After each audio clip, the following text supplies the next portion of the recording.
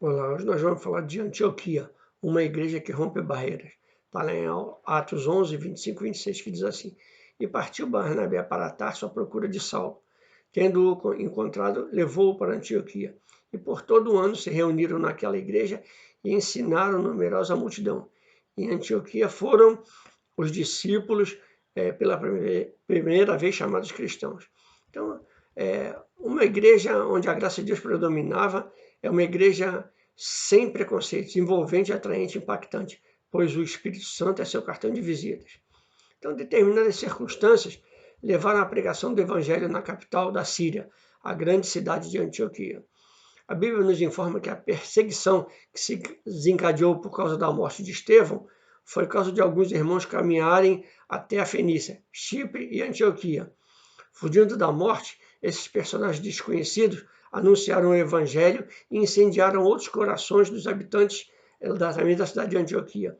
Tal acontecimento se constituiu em um marco da era apostólica, visto que nenhum dos poderosos apóstolos havia sido responsável pela fundação da igreja de Antioquia. Então, primeiro, Antioquia foi a primeira igreja gentílica. Algo verdadeiramente surpreendente ocorreu. A igreja deu um passo importante na história e sabemos que nem os nomes daqueles que fizeram foi registrado.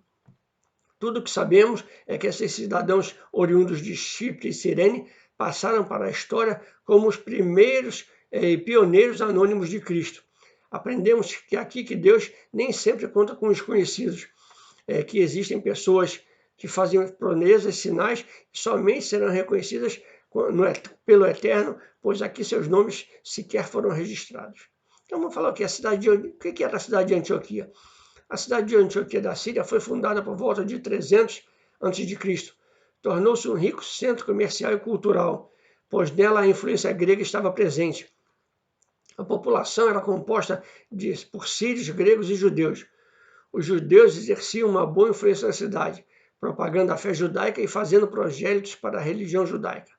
Nesta cidade foi fundada a primeira igreja cristã, composta por judeus e gentios, que veio a ser o ponto de partida para a expansão missionária no Império Romano. Antioquia foi considerada a terceira metrópole do Império Romano, vindo depois de Roma e de Alexandria. Antioquia, uma igreja guiada pela mão do Senhor. E chegou a fama destas coisas aos ouvidos da igreja que estava em Jerusalém. A igreja de Antioquia era uma igreja de boas notícias. As novidades se espalhavam porque o Eterno estava presente. Deus estava presente, ventos comunicavam novidades. Quando Deus está presente, os ventos comunicam as novidades, é lógico. Antioquia era falada em todo lugar e bem falada. Lamentamos os dias atuais, porque infelizmente em muitos lugares as falas divulgadas a respeito de nossas igrejas são desagradáveis e até certo ponto absurdas. A beleza de Antioquia atravessou os horizontes. O motivo de seu brilho e de seu poder atrativo era que a mão do Senhor estava sobre eles. Então eles tinham a manifestação da presença do Senhor e do poder do Eterno. Antioquia, uma igreja impactante. Antioquia tinha uma característica especial, o sobrenatural. Sua fundação não se deu por gente famosa. O que lotava seus templos não eram nomes nem personalidades humanas. A pregação era simples. Eles anunciavam a Jesus Cristo. Não havia formalismo. A igreja estava coberta pela graça do Senhor. Era tão visível o termômetro espiritual daquela igreja que Barnabé, ao chegar, viu a graça de Deus e se alegrou. Onde existe graça, existe conhecimento. E graça aqui nós estamos falando pela presença do Eterno. Em Antioquia não havia espaço para o legalismo humano. Não se perdia tempo com costumes fúteis. Não havia preconceitos. Todos viviam debaixo de uma mesma graça. Em Antioquia, as barreiras radicais e culturais se romperam. Esses missionários secretos, sem nome, levaram a glória de Deus até lá. Pensamos que a igreja será grande porque lá existem pessoas famosas. Mas em Antioquia nós descobrimos que não é a influência pessoal que gera o crescimento, e sim o Espírito de Deus, que está sobre a vida do servo de Deus. Ministérios de diferentes raças e vida social não são problemas, porque são formados e enviados por um só Espírito. Então nós vamos ver que Barnabé foi o nome indicado para prestar assistência à cidade de Antioquia. E ele era nativo de Chipre, conhecia bem a língua grega e compreendia a sua cultura. Mesmo assim, a tarefa era desafiadora, visto que Antioquia era uma cidade manchada pela decadência moral.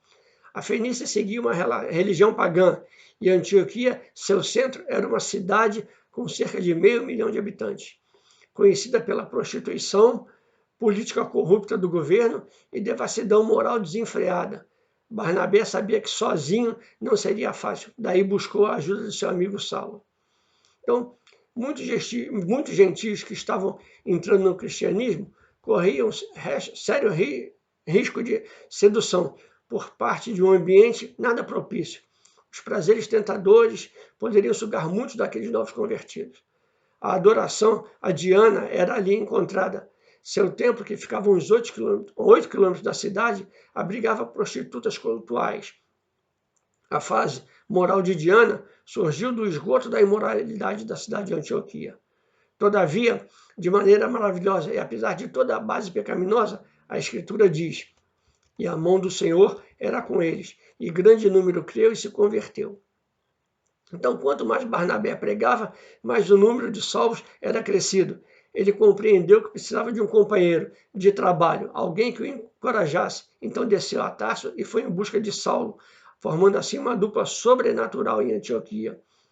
Barnabé era um homem bom e, sendo profundamente espiritual, logo reconheceu que aquele movimento vinha da parte de Deus. Ele não tinha mérito, nem vinha tudo da parte de Deus.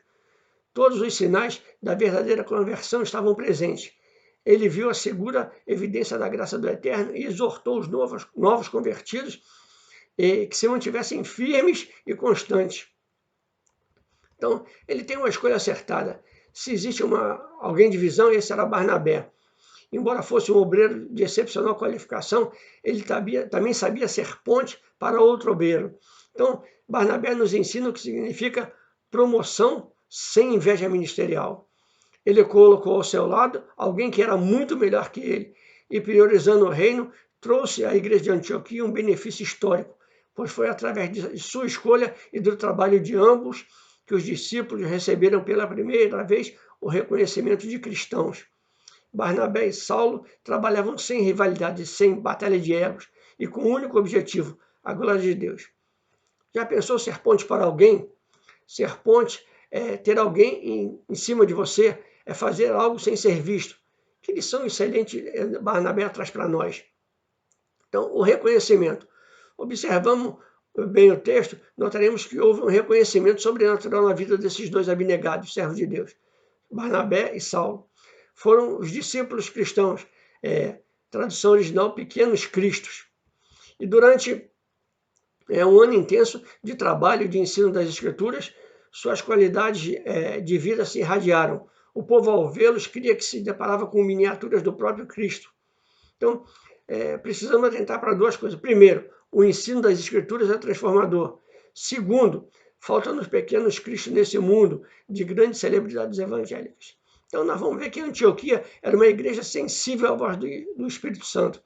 Em Antioquia havia uma direção sobrenatural. Ele simplesmente falou e o povo obedeceu. Manifestou sua vontade e foi ouvido. Que sensibilidade o povo teve do Espírito através desses dois homens, de Barnabé e Saulo. Eles faziam as coisas direcionadas pelo Eterno e o Eterno cumpria a sua vontade neles. Em Antioquia havia uma delegação sobrenatural, Barnabé e Saulo. O que sentimos quando alguém é enviado? Alegria pelo comissionamento ou pela paz que a sua ausência trará? Então, Antioquia, o Senhor era o Senhor. Em Antioquia é o nosso modelo de igreja. Em Antioquia, uma igreja que cumpriu a grande comissão. Os crentes de Antioquia não viviam isolados. Missão é vocação, missão não é emoção. Antioquia servia ao Senhor com jejum e oração. Então, para a gente entender, o que está dizendo a palavra? Está dizendo, reine em mim e faça como bem entender. Está dizendo que o Senhor quer homens e mulheres que têm um compromisso com a sua palavra. Não é orgulho, não é soberba, nem nada. Você saiba compartilhar e saiba reconhecer quem está junto de você, se é melhor que você para fazer a obra junto com você e compartilhar e salvar almas. O importante é ganhar almas para o reino e salvar as pessoas. E essa mensagem que eu quero deixar para você, te abençoe em nome do nosso Rei, Senhor e Salvador Jesus Cristo, e declarar para você, ainda dá tempo.